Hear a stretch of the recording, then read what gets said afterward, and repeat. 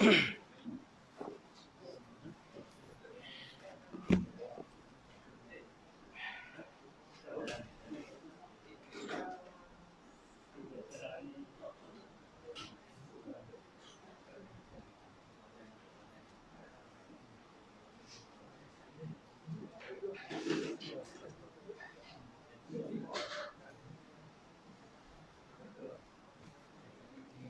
ya Allah.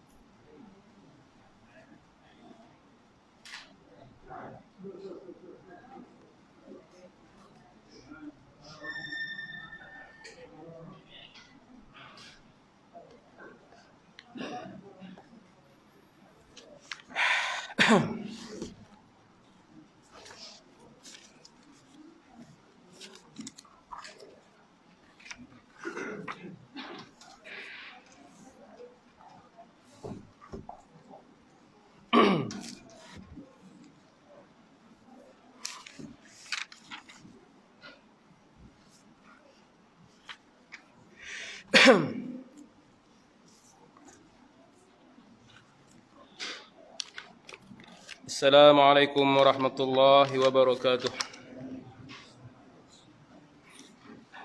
Alhamdulillah.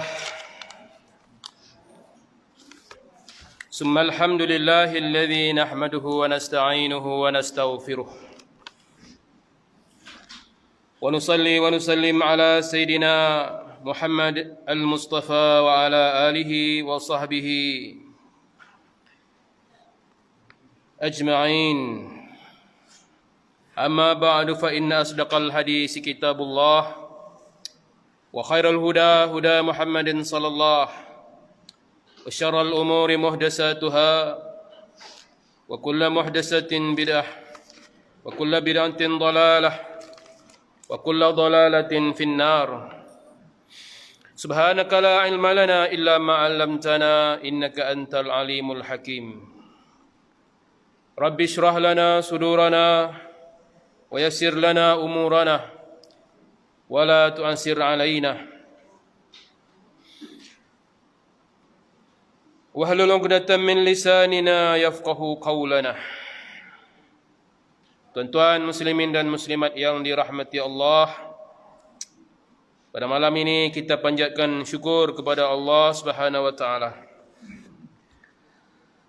Dengan limpah taufik hidayah Allah, kita dapat sama-sama hadir meneruskan agenda ibadah dan amal soleh kita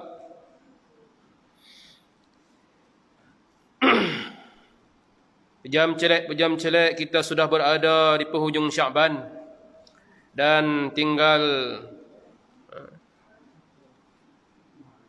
2 hari lagi sehari lagi kita akan bertemu dengan Ramadan. Mudah-mudahan kita berkesempatan untuk memasuki gerbang Ramadan tahun ini, suatu bulan yang penuh dengan keberkatan. Mudah-mudahan kita dapat memetik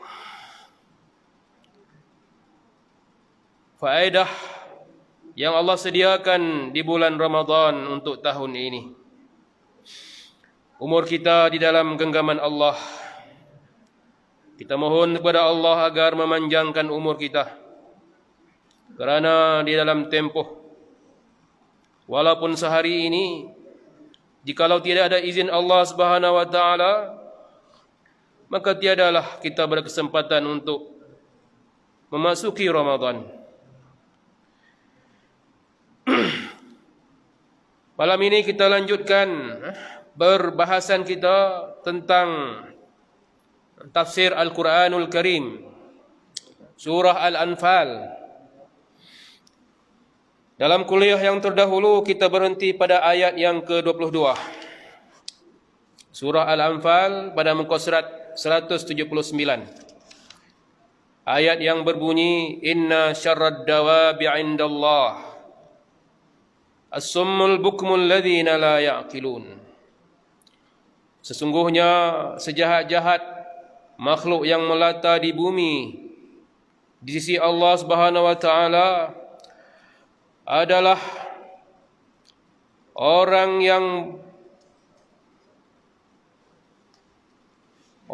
yang pekak lagi bisu, yang tidak berakal.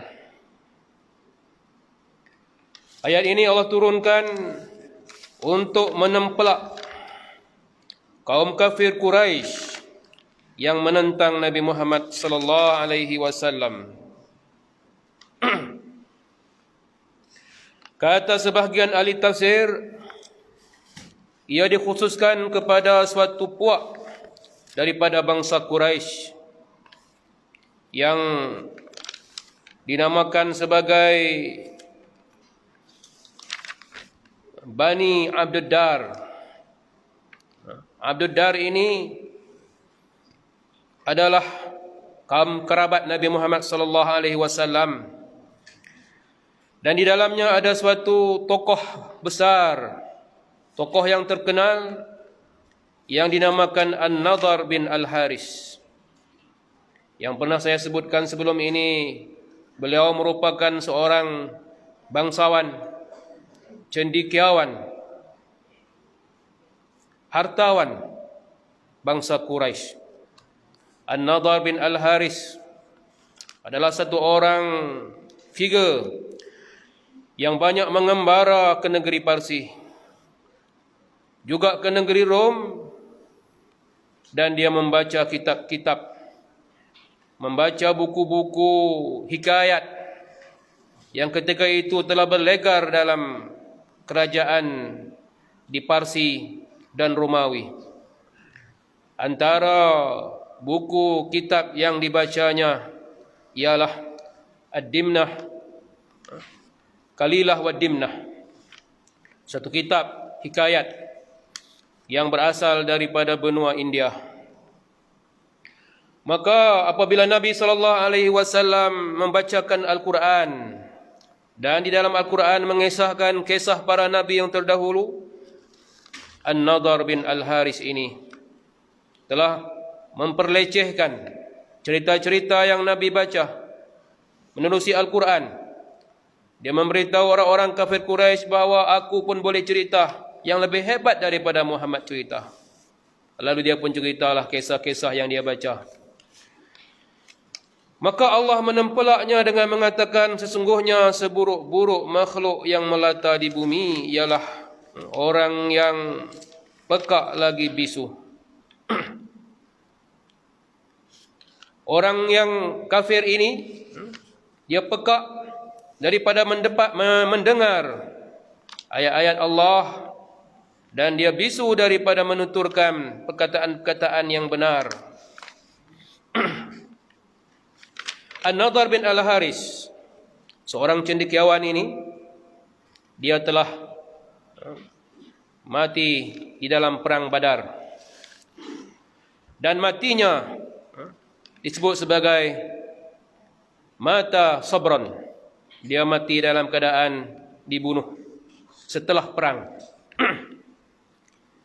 Dia ditawan dalam perang tersebut, dan dia pun matilah dibunuh oleh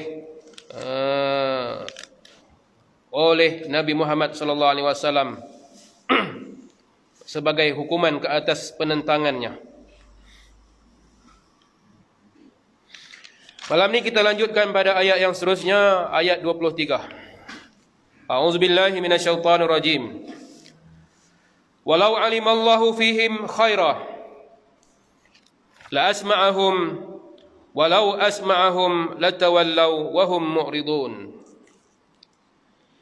Jikalau Allah mengetahui pada mereka itu ada kebaikan, sudah tentulah Allah akan membuatkan mereka mendengar, yakni mendengar yang dapat memahami. Walau asma'ahum latawallaw wa hum mu'ridun, dan jikalau Allah buatkan mereka mendengar, maka mereka akan tetap berpaling dan menentang. Allah menyatakan dalam ayat ini bahawa Dia Allah mengetahui apa yang akan berlaku kepada orang-orang kafir ini. Kalau Allah jadikan mereka mendengar, boleh faham apa yang Nabi SAW bacakan kepada mereka daripada ayat-ayat Al-Quran, kata Allah, kalaulah Allah jadikan mereka mendengar sekalipun, mereka akan tetap berpaling. Kerana telah Allah tentukan sejak azali lagi bahawa mereka ini akan menjadi kafir dan mati dalam keadaan kafir. Maka ilmu Allah mencakupi semua perkara. Allah mengetahui yang wujud. Apa yang wujud Allah tahu. Dan Allah juga mengetahui apa yang ma'dum, yang tak ada. Perkara yang tak ada, Allah tahu. Dan Allah juga mengetahui perkara yang mungkin. Allah mengetahui perkara yang telah lepas, dan Allah juga mengetahui perkara yang akan datang. Apa yang telah berlalu di masa lalu, itu berada dalam ilmu Allah. Dan apa yang akan berlaku di masa akan datang juga di dalam ilmu Allah. Allahu a'lamu bima kana. Allah tahu apa yang telah lepas. Wa bima lam yakun, apa yang tidak pernah berlaku. Lau kana, kalau dia berlaku apa jadi? Benda tu tak pernah berlaku, kalau berlaku apa jadi? Kaifa yakun, apa jadi kalau dia berlaku? Jadi ini ilmu Allah tak sama dengan ilmu kita.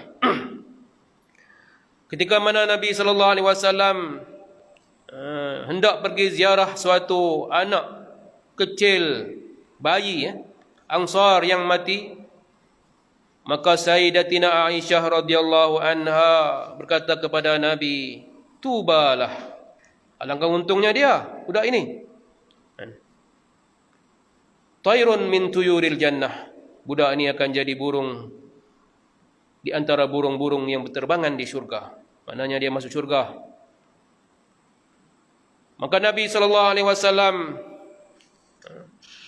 menolak perkataan Aisyah itu dengan mengatakan bahawa ketika mana Allah telah menciptakan makhluknya, Allah telah tahu apa akan jadi pada dia. Nabi kata, au ghairu zalika ya Aisyah, ataupun yang sebaliknya Aisyah. Budak kecil ini, kata Nabi, yang sebaliknya. Maknanya tak masuk syurga. Dalam ilmu Allah, Allah tahu apa akan jadi pada dia bila dia besar. Ini benda yang tak berlaku.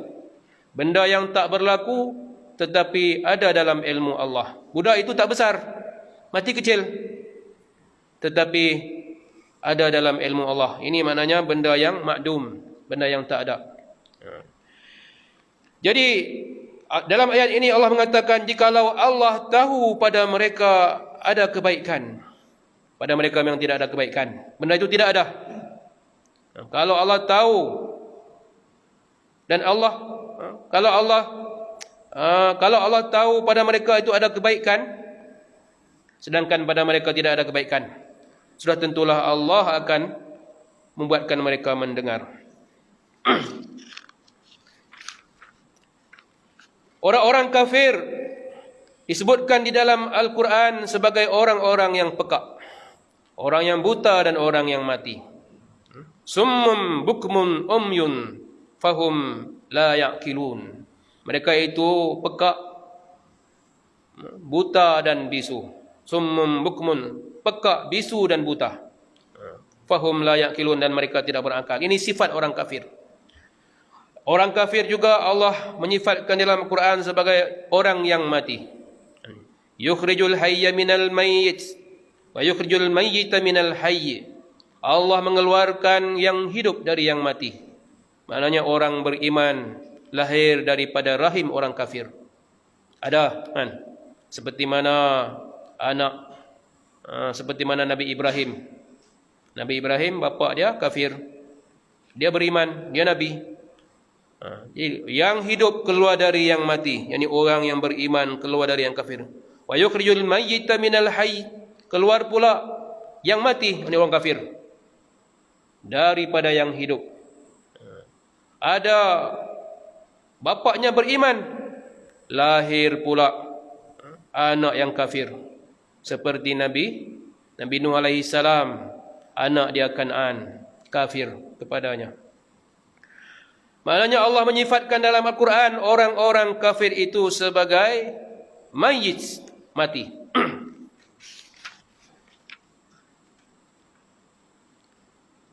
Maka orang-orang kafir yang mana Allah dalam ilmu Allah ini mereka tidak akan mendapat hidayah. Kalaulah Allah jadikan mereka dapat mendengar ayat-ayat Al-Quran ini sekalipun, mereka tetap tidak akan beriman. Sebab demikianlah yang telah ditentukan di dalam takdir Allah Subhanahu wa taala sejak azali lagi.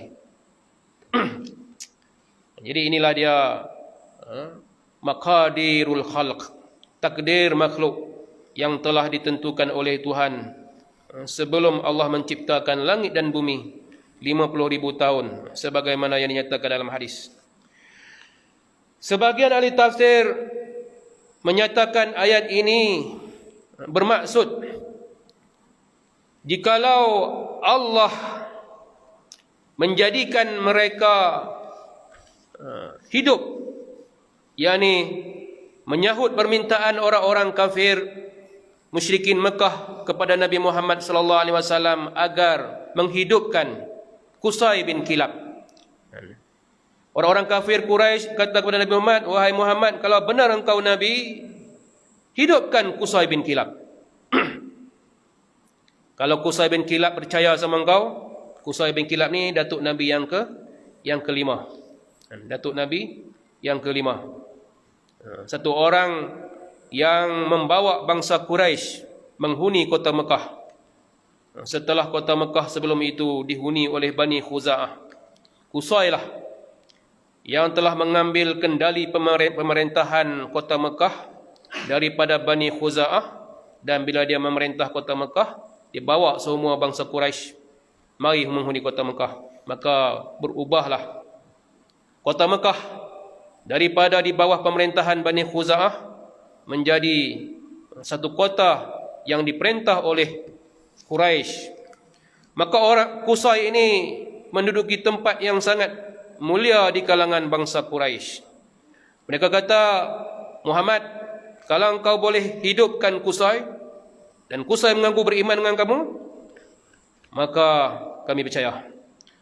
Lalu Allah kata dalam ayat ini, menurut tafsiran yang kedua, di kalangan ahli tafsir yang menafsirkan mengatakan bahawa kalau Allah menjadikan orang mati itu hidup semula, yakni orang yang mereka minta hidup, Qusay, la tawallaw wa hum mu'ridun, sudah tentulah mereka akan berpaling dan menentang juga, sekalipun Qusay bersaksi kenabian Nabi Muhammad sallallahu alaihi wasallam. Jadi orang-orang kafir Mekah ini minta Nabi hidupkan Qusay, macam mana Bani Israel minta kepada Nabi Isa menghidupkan Sam bin Nuh. Nabi Isa, Allah beri dia mukjizat boleh hidupkan orang mati.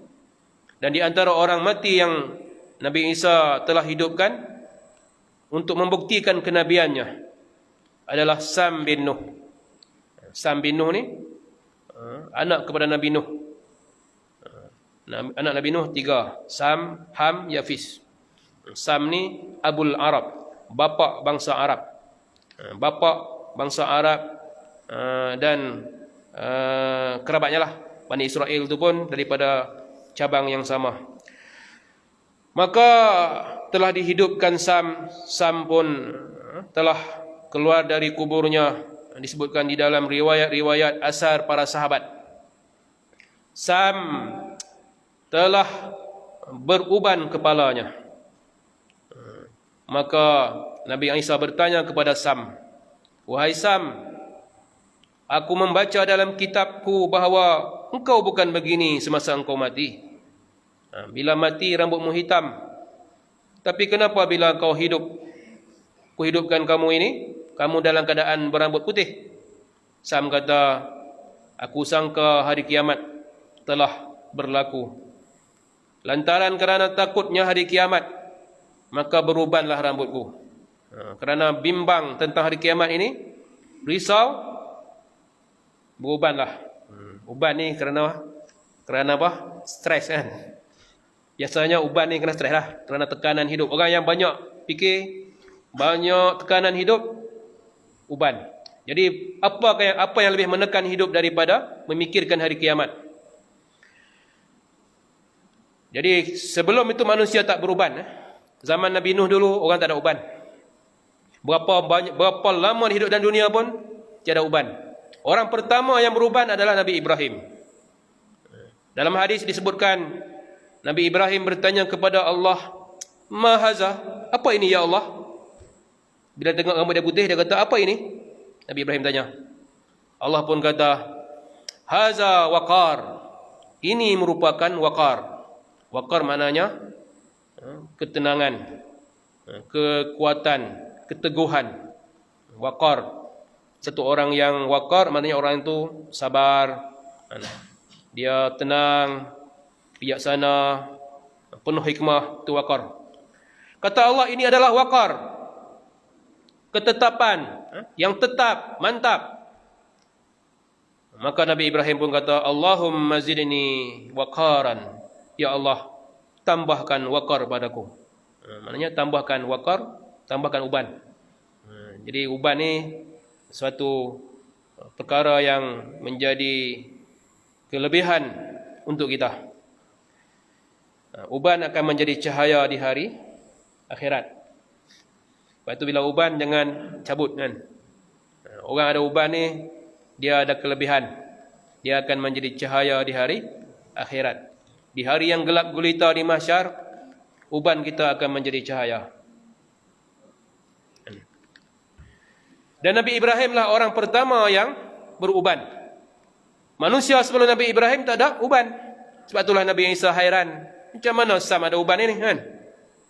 Jadi Sam kata aku beruban sebab ingatkan hari kiamat dah berlaku. Jadi orang kafir kota Mekah bila mereka dengar cerita-cerita daripada umat terdahulu bahawa Nabi Isa telah menghidupkan Sam, dia seorang Nabi, Muhammad pun dia kena boleh hidupkan orang mati. Hidupkan Qusay. Lalu Allah kata kalau Allah hidupkan orang mati itu, Qusay itu, mereka tetap akan berpaling.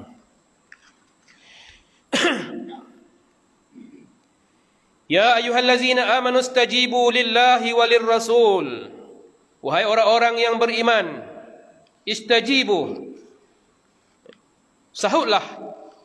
Sahutlah olehmu seruan. Istajibu, jawablah. Oleh kamu seruan Allah dan Rasul. Lillahi walir rasul. Iza da'akum, ketika mana Allah dan Rasul menyeru kamu, lima yuhyikum, kepada apa yang menghidupkan kamu. Wa'lamu anna Allaha yahulu bainal mar'i wa qalbihi, dan ketahuilah bahawa ketahuilah bahawa Allah itu membatasi di antara seseorang dan hatinya. Yani Allah itu ada di antara seseorang dan hatinya. Bahkan Allah adalah paling dekat dengan seseorang itu.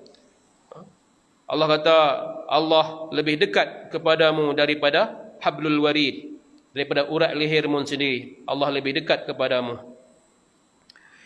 Jadi Allah menyatakan bahawa Allah menguasai di antara seseorang dan hatinya, wa annahu ilaihi tuhsyarun, dan sungguhnya kepadanya lah kamu akan dihimpunkan. Allah menyatakan kepada orang beriman, hendaklah kamu istajibu lillah, kamu menyahut seruan Allah dan Rasul. Sebuah hadis yang diriwayatkan oleh Abi Sa'id Al-Ma'li, dia berkata, pada suatu ketika aku sembahyang, aku solat, maka lalu Rasulullah sallallahu alaihi wasallam solat dalam masjid. Dalam Masjid Nabawi, dia tengah solat, Nabi lalu. Fada'ani falam atihi hatta salaitu, maka Nabi pun panggil aku, dan aku tidak mendatanginya sehinggalah aku selesai solat. Bila selesai solat, baru aku pergi jumpa dia. Kenapa panggil aku wahai Rasulullah? Dia tanya.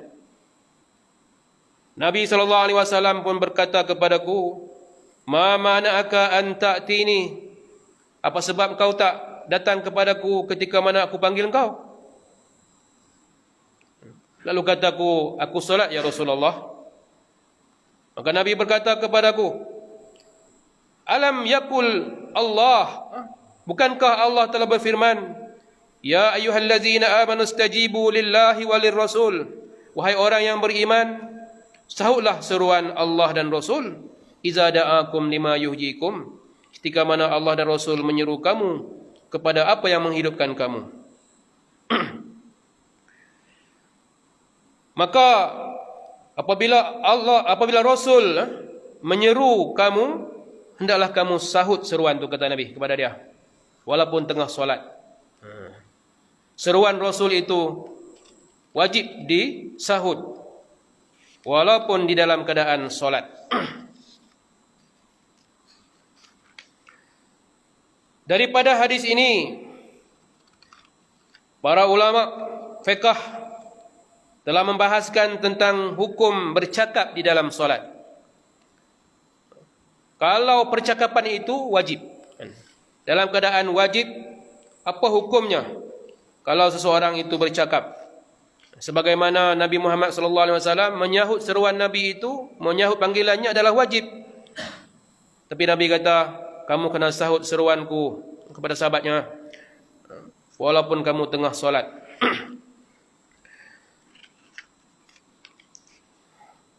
Kata Ibnu Qudamah, satu ulama yang bermazhab Hambali, bahawa bercakap dengan percakapan yang wajib tidak membatalkan solat. Seperti satu orang yang takut, kanak-kanak ataupun orang yang sakit jatuh ke dalam suatu kebinasaan, kecelakaan. Kanak-kanak duk main tepi balkoni bangunan 4 tingkat, bangunan 10 tingkat. Kalau jatuh mati. Kita tengah solat, jadi kita nak beri amaran kat dia, awas, jangan main di situ, tengah solat ni. Batalkah solat kita? Kata Ibnu Qudamah, ini antara perkataan wajib yang tidak membatalkan solat.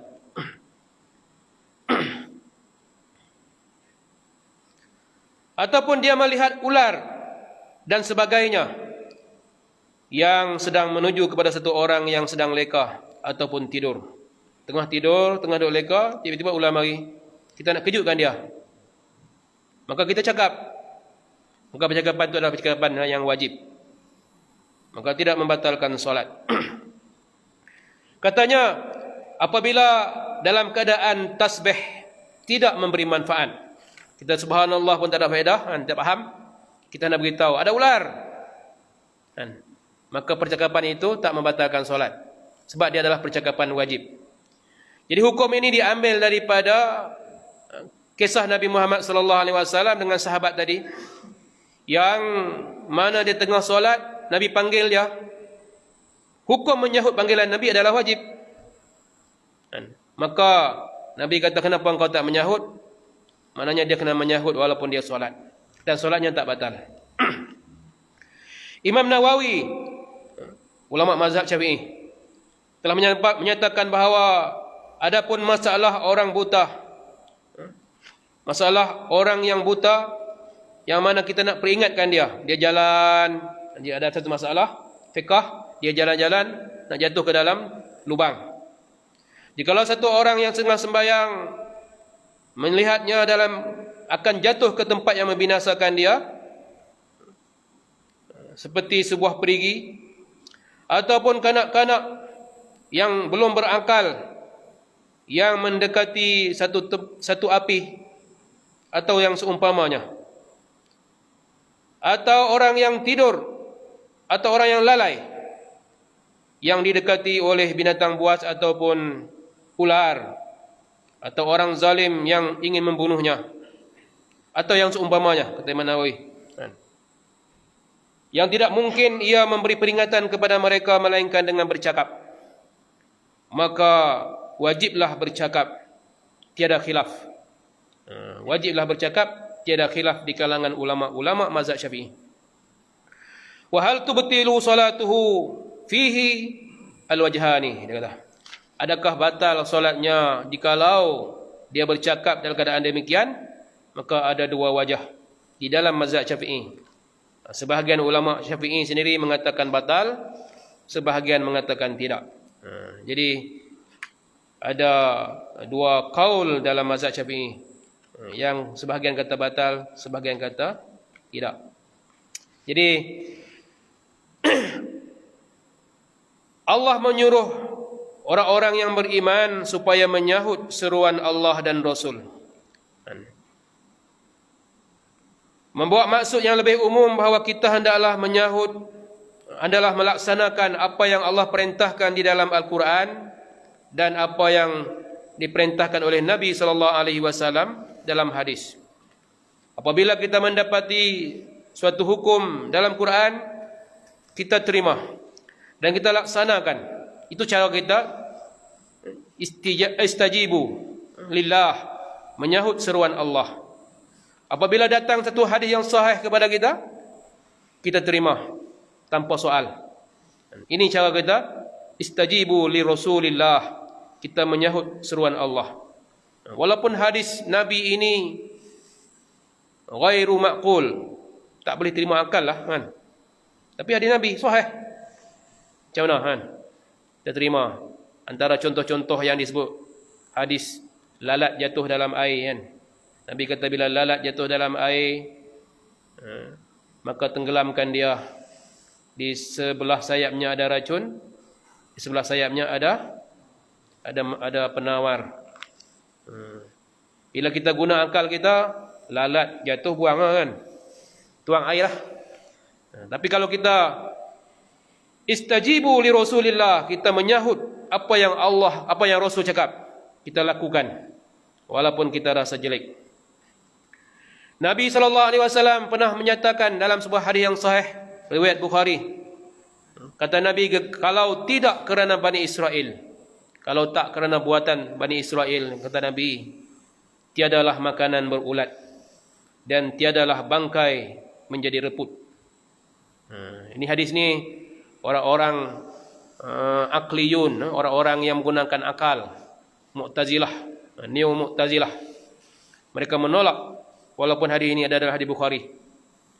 Dia kata takkanlah kerana Bani Israel sahaja makanan mula berulat. Apakah sebelum Bani Israel muncul dalam dunia ini, zaman Nabi dulu, zaman Nabi Nuh, zaman Nabi Hud, Nabi Lut, manusia sudah ada. Bani Israel ini anak Nabi Yakub belakangan. Apakah zaman dahulu makanan tak berulat dan mayat tak reput? Kata Nabi, kalau tidak kerana Bani Israel, tiadalah makanan berulat dan tiadalah mayat menjadi reput. Kata para ulama hadis, ini kerana Bani Israel telah melanggar perintah Tuhan yang melarang mereka menyimpan manna dan salwa. Allah beri kepada mereka dikala mereka di padang pasir, setelah selamat daripada laut dikejar oleh Firaun, mereka berada di padang pasir Tih. Di sana Allah beri kepada mereka manna dan salwa. Tapi manna dan salwa itu Allah larang mereka simpan. Namun mereka simpan. Apabila mereka simpan, maka manna dan salwa menjadi berulat dan membusuk. Salwa ni burung kan. Manna adalah manisan. Manisan itu berulat dan salwa pun menjadi busuk. Kerana gara-gara mereka melanggar perintah Tuhan. Maka dari situlah kata Nabi, makanan mula membusuk. Walaupun hadis ini bertentangan dengan logik kita, logik sains kita. Kita kata makanan berulat, bangkai menjadi reput, ini adalah dipengaruhi oleh mikroorganisme kan. Mikroorganisme ni ada sejak berjuta-juta tahun dulu lagi. Sebelum manusia ada, sudah ada. Ini kita punya logik sains kita lah. Tetapi Nabi SAW telah menyatakan demikian. Yang diriwayatkan dalam hadis yang sahih, maka kita amanna. Istajibu li Rasulillah. Kita terima apa yang Rasul cakap. Ada banyak lagi hadis-hadis yang mana jikalau ditimbangkan dengan logik akal kita, kita merasa ragu-ragu. Namun sebagai orang yang beriman, kita terima apa yang Rasulullah sallallahu alaihi wasallam sabdakan.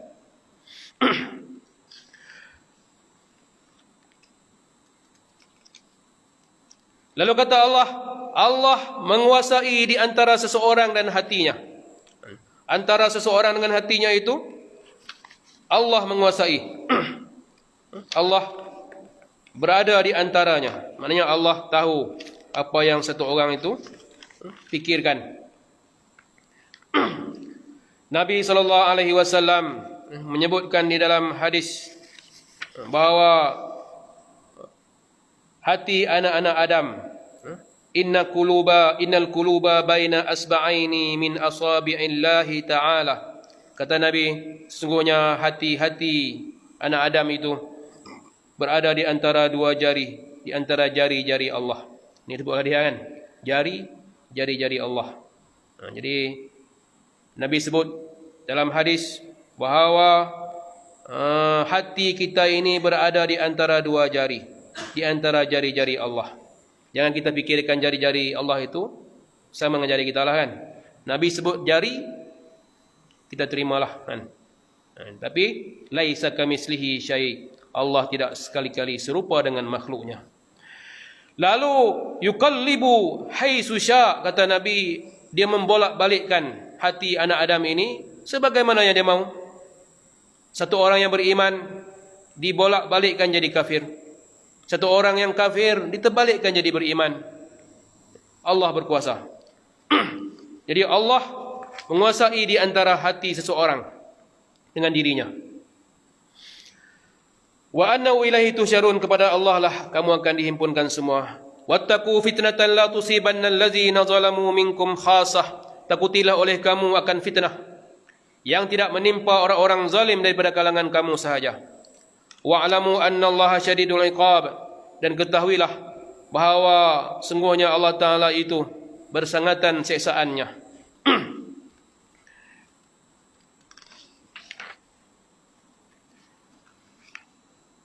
Kata Zubair Al-Awwam, seorang sahabat Nabi, di antara 10 sahabat yang dijanjikan syurga. Dia kata, aku membaca ayat ini sebelum pada zaman Rasulullah, sampailah zaman Sayyidina Utsman terbunuh. Dan aku tidak tahu siapakah yang Allah maksudkan. Apakah fitnah yang Allah maksudkan itu, sehinggalah berlakunya pembunuhan Sayyidina Utsman bin Affan pada tahun 36 Hijrah. Maka aku pun tahulah, kata Az-Zubair bin Al-Awwam, perintah itu, ayat ini ditujukan kepada kami para sahabat Nabi. Kata Allah, wattaqu fitnatan, takutilah olehmu fitnah yang tidak menimpa orang-orang zalim saja daripada kalangan kamu. Jadi apabila berlakunya pembunuhan Sayyidina Utsman, para sahabat terfitnah. Sayyidina Utsman, sebagaimana yang kita maklum, adalah antara sahabat Nabi SAW yang mati dibunuh. Yang membunuhnya adalah para pemberontak yang datang daripada negeri Mesir. Berawal daripada salah faham tentang surat yang misteri, surat yang memerintahkan supaya Muhammad bin Abu Bakar, anak Abu Bakar As-Siddiq, yang ketika itu menjadi gubernur di negeri Mesir, dibunuh apabila sampai di Mesir. Jadi para ahli sejarah menceritakan bahawa ada tangan-tangan gaib yang telah menulis surat itu atas nama Sayyidina Osman. Apabila Muhammad bin Abu Bakar yang dalam perjalanan balik ke Mesir setelah bertemu Osman mendapati surat tersebut, maka dia pun merasa marah dan berpatah balik ke Madinah bersama dengan orang-orang Mesir.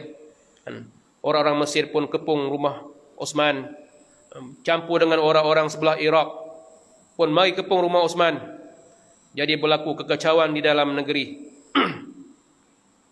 yang berakhir dengan terbunuhnya Osman. Yang bunuhnya bukan Muhammad bin Abu Bakar. Muhammad bin Abu Bakar dikatakan pegang janggut Osman. Dia masuk rumah Osman, dia pegang janggut. Lalu Osman pun kata, wahai Muhammad, kalau ayahmu melihat apa yang kau lakukan ini, tentu dia tidak suka. Maka Muhammad pun melepaskan janggut Osman dan keluar. Tetapi rakan-rakannya yang datang bersama dengan dia, orang Mesir, mereka ni dah naik angin dan bunuh dia.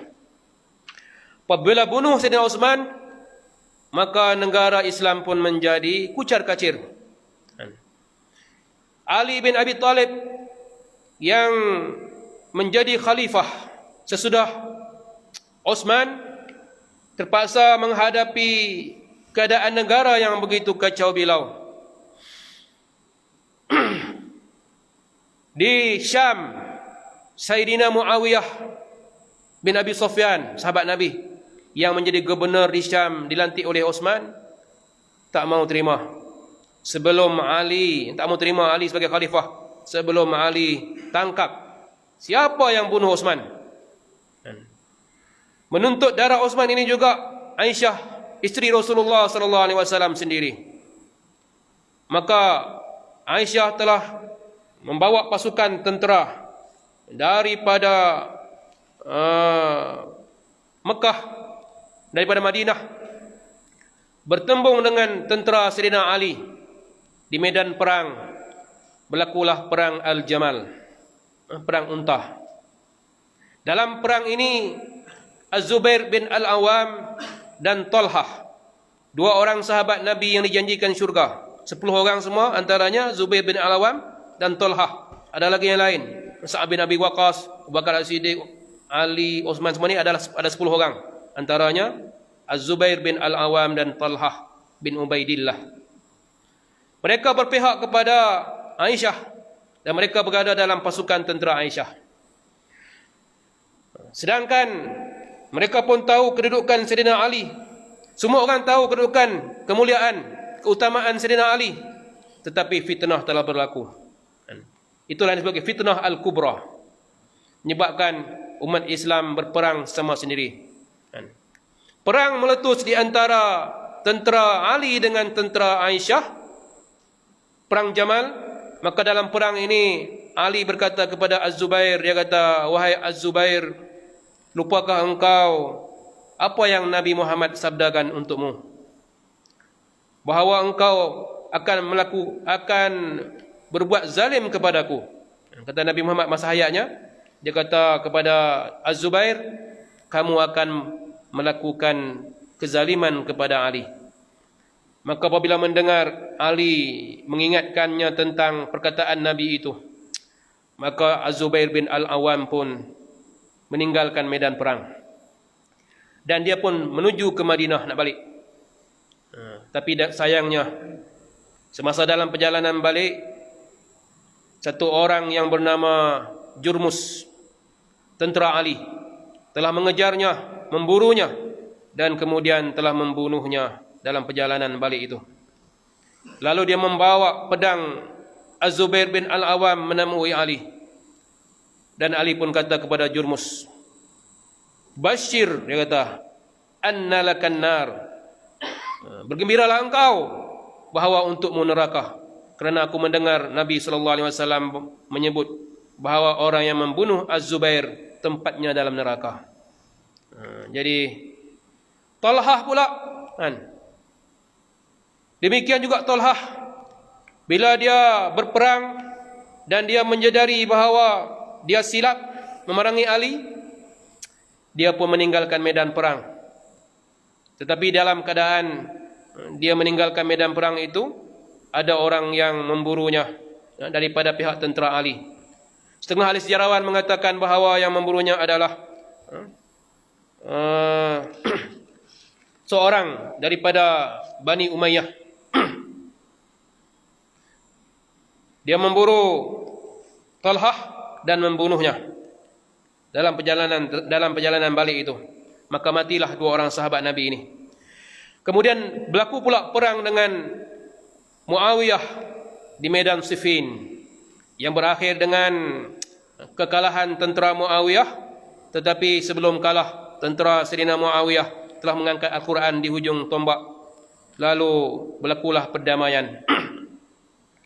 Berlakulah perdamaian di antara tentera Ali dengan tentera Muawiyah di Daumatul Jandal. Satu persekepatan untuk meletakkan senjata. Tentera Muawiyah pulang ke Syam dalam keadaan bersatu. Tetapi tentera Ali pulang ke Iraq dalam keadaan berpecah dua. Satu tentera dia sokong perdamaian, Syiah Ali sokong perdamaian. Satu pihak lagi bantah dan menyalahkan Ali. Mereka mengatakan Ali telah melanggar perintah Tuhan supaya memerangi orang-orang yang melawannya. Mereka itu adalah puak Khawarij. Puak Khawarij akhirnya menjadi duri dalam daging yang berkembang, dan akhirnya mereka telah membunuh Sayyidina Ali bin Abi Thalib. Yang membunuhnya adalah seorang Khariji yang bernama Abdurrahman bin Muljam. Jadi inilah cerita tentang fitnah yang berlaku setelah pembunuhan Osman. Maka kata sebahagian mufassirin memetik perkataan para sahabat yang mengatakan bahawa fitnah yang dimasukkan dalam ayat ini adalah fitnah pembunuhan Osman, yang mana akibat daripada fitnah itu telah menyebabkan para sahabat berbunuh-bunuhan sesama sendiri. Lalu kata Allah, wattaqu fitnatan la tusibanna allazina zalamu minkum khassah. Takutilah olehmu fitnah yang mana tidak menimpa orang zalim sahaja, tapi semua kena. Semua kena. Ayat ini dipahami secara umum untuk kita jikalau maksiat telah berleluasa, maka Allah akan timpa bencana. Dan bencana itu bukan menimpa ahli maksiat sahaja, tetapi dia akan menimpa juga orang-orang yang beriman, yang soleh pun kena. Sebagaimana yang dinyatakan oleh hadis Nabi SAW, satu hari ketika mana Nabi SAW masuk ke dalam rumah Zainab binti Jahshin dalam keadaan wajah cemas, maka Nabi berkata, wailun lil Arab, celakalah orang Arab, kata Nabi. Kata Nabi, sesungguhnya telah terbukalah benteng Ya'juj Ma'juj sebesar ini. Zaman Nabi kata besar ini buah. Telah terbukalah benteng Ya'juj Ma'juj sebesar ini, kata Nabi. Zainab binti Jahshin kata kepada Nabi, afanuhliku wa finas salihun. Adakah kita semua ni akan binasa, sedangkan di kalangan kita ada orang baik-baik? Nabi bersabda, na'am. Kata Nabi, ya, iza kasural khabus, apabila kejahatan telah berleluasa. Maksudnya kejahatan telah menjadi banyak, maka kita semua binasa. Walaupun di kalangan kita ada orang soleh, orang baik-baik, apabila kejahatan telah berleluasa, binasalah kita. Maka Allah secara tersirat di dalam ayat ini berpesan kepada kita supaya jangan biarkan kemaksiatan mengatasi kebaikan. Apabila kemaksiatan mengatasi kebaikan, maka ketika itu fitnah ataupun bencana akan meliputi semua orang. Artinya, perjuangan kita adalah meminimalkan kemaksiatan.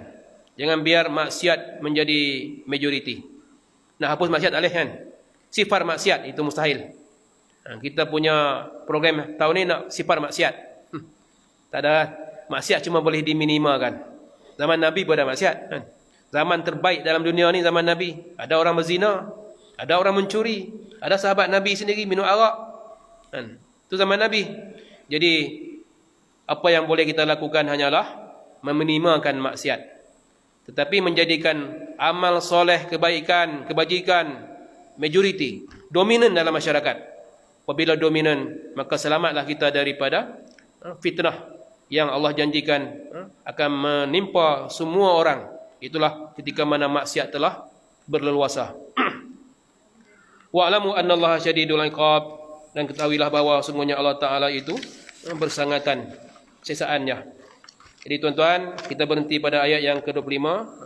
InsyaAllah kita akan sambung setelah bulan Ramadan lah.